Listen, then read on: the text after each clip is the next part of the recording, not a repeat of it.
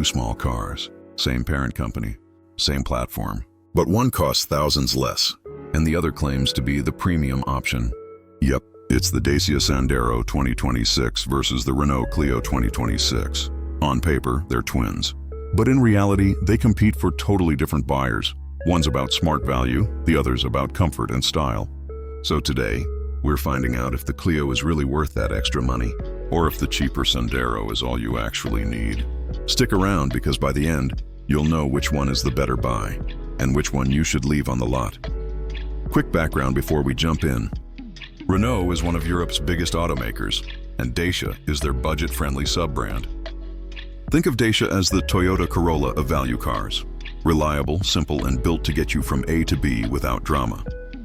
The Sandero has always been Europe's best-selling budget car, while the Renault Clio is the more upscale sibling.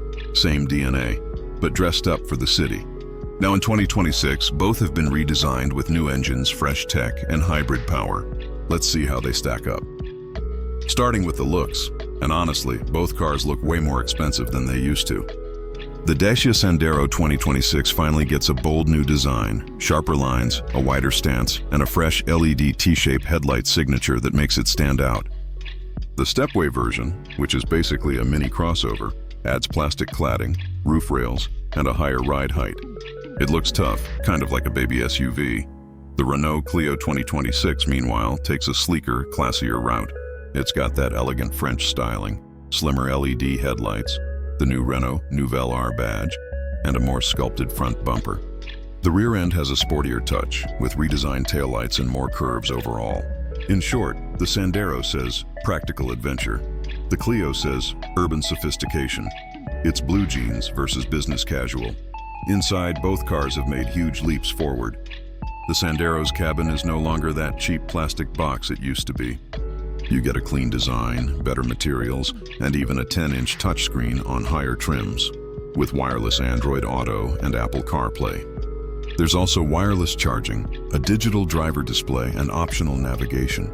Sure, it's not luxury, but it's modern, intuitive, and everything feels solid. The Clio, on the other hand, goes for a premium vibe. You get Renault's OpenR Link infotainment system with Google built in, meaning Maps, Assistant, and Play Store right from the dash.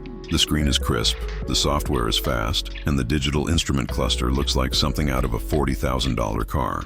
The seats are better padded, there's ambient lighting, and even recycled eco-friendly materials.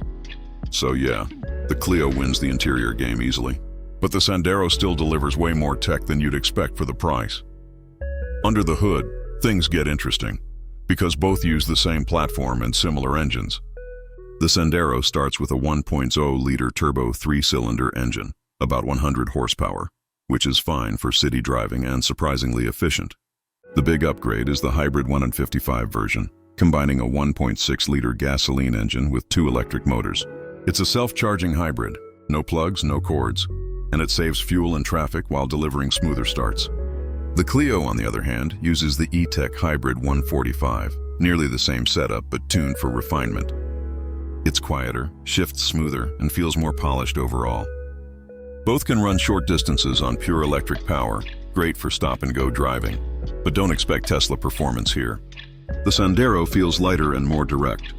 The Clio feels more comfortable and quiet. Bottom line, same heart, different personalities. Now, let's talk safety, because both of these cars just got a serious upgrade.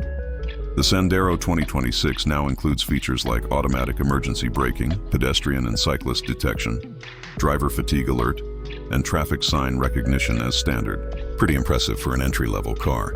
The Clio goes one step further, offering adaptive cruise control, lane centering, and blind spot monitoring on the upper trims.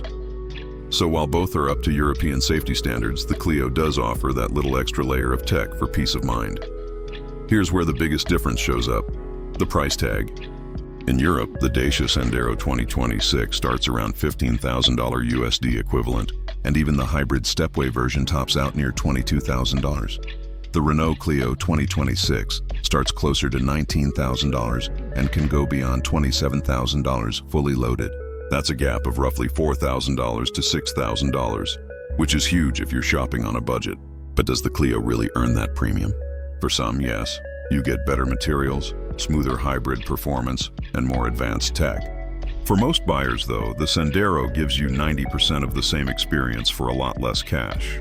That's what makes it one of Europe's best-selling cars. Value. Plain and simple. Let's break it down side by side. Dacia Sandero 2026 from $15,000 1.0, turbo or hybrid 155 pros, super affordable. Modern design, efficient cons, not luxurious.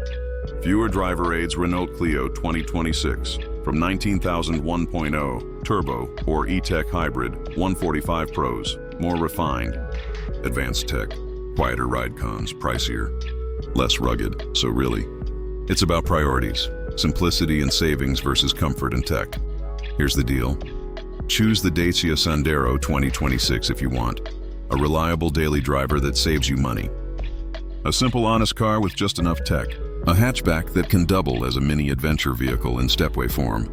Choose the Renault Clio 2026 if you want that extra refinement for highway trips.